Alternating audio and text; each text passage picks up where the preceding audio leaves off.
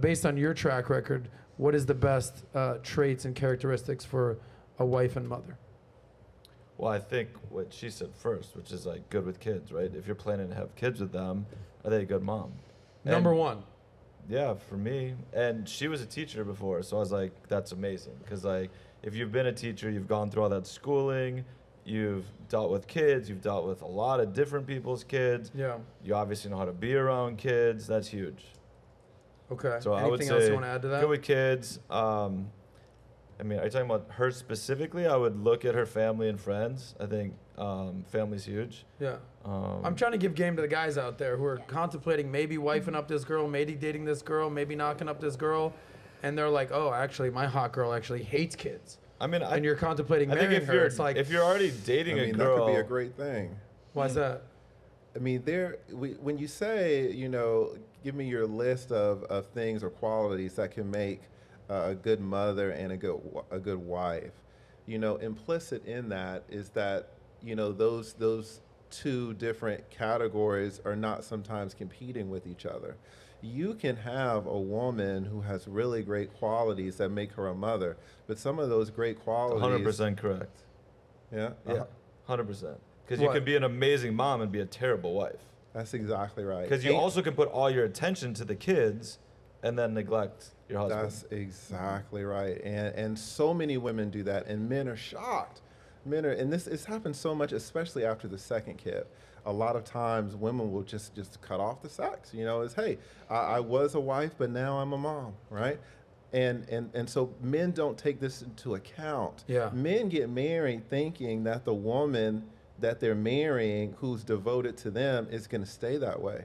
And what so many men find out is that is not the case, especially when the kids start coming. Very important point you just made right there. Okay, so I've been doing this for 20 years. Like, I'm telling you, I see this. One in four marriages is sexless. I'd just like to add. One in four marriages is sexless. Do we know however many years that takes to get to that point? I think it's like 2 or 3 months, if I remember. 2 or 3 months, what? Like no sex, like that. No, meaning like how long have they after been married? 2 years of marriage, 5 years of marriage, 7-year itch, 10 years. I don't know how I just know it was 1 in 4. What I see is that it almost always comes after the kids, and just for some reason, it's that fucking second kid.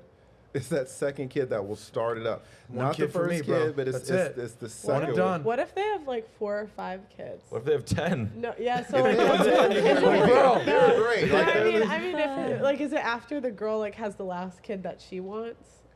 It just depends. Nick Rekieta, awesome YouTuber, he was talking about, I think he has 5 kids, and he was talking about, him and his wife, they'll like pull over and go into a gas station bathroom to have sex. I mean, they're just hot and heavy. That is unheard of. That's crazy, right? So there are people that are on the extremes. That sounds like some something about Mary shit, just pulling over to the fucking side of the restroom. That would be.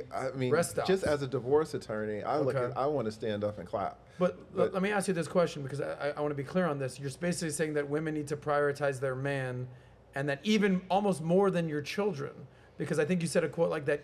Kids should not be the priority over their marriage, because after the kids leave the house, then you're going to have a neglected husband, and then there's an endless marriage. I totally agree with that. You agree with that? I agree with that, because I believe that you're the foundation of the family, the man and the woman, or man and man, woman, whatever. But I feel like you're the foundation of the family, and if you guys crumble, everything crumbles. 100%. So. Okay, so what should men do from your perspective? What can men do that's what I was saying. to make sure that doesn't happen? When you're saying like speak to the guys, I'm like, okay, like if you really want me to speak to the guys pre-engagement, pre-marriage, you got to have so many conversations with this woman that's going to be your partner on a host of issues that determine whether or not it's going to, last or work. But those conversations can be about kids, but it's also, do you want to have kids? Yes. What kind of parenting do you guys want to do? How often are you going to be around? How are you not going to be around? Who's going to work? Who's going to make money? Who's going to do this? And then you got to have those conversations about sex. You do have to have those conversations. You got to have conversations about financials. You're the financial guy. I'm sure a lot of people are getting married when their finances aren't in order. Of course. And so that's going to cause a lot of issues. And so you've got... I mean, listen. It's impossible to say that partners communicating with themselves between each other is a bad thing, right? Of course. But especially like when he said, well, let's talk about sex. How do you feel about sex? Maybe frequency and stuff like this. You have to understand that the woman that you are talking to when you're 26 with no kids, you can talk all you want to this woman. She is a different woman when she's 34, 2 kids, 3 kids in, right? You talking to her, is it gonna hurt anything? Absolutely not. But you better believe you cannot hold that woman to anything she says, because we all know that it's a woman's prerogative to change her mind, right? So yes, tell these men, talk to your woman. There's nothing wrong with that. But do not believe for a second that you talking to her is going to get you the real answers that you're looking for, and you will be able to rely on those answers in the future. So if you like that clip, click right here to watch another, or if you want to watch the entire Soscast, click right here.